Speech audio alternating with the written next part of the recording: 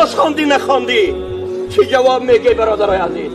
بسیار سخت است. پیغمبر خدا گفتن همه سوال جواب دادن میتونه، لیکن یک رکعت نماز قضا جواب گفتن نمیتونه در پیشگاه خدا. ای بنده های خدا، نماز خانه، از نماز دست نکشه، از نماز بیزار نشوه. نماز برکت ای، نماز فیض ای، نماز نصرت ای، نماز هدایت ای. نماز والله شما را از این کریزی اقتصادی رها میکنه. نماز میدونه که این بلاها از روی چی بالای این ملت آمد، میدونه که این قدر غم و اندوه و تسل و درد بالای این ملت برای چی آمد؟ برای که مردم از نماز دور شدن، از جماعت دور شدن، حرام خور شد این ملت، حرام کار شد این ملت، از خدا دور شد، از ایمان دور شد، از قرآن دور شد، به ستر شد، به حیا شد.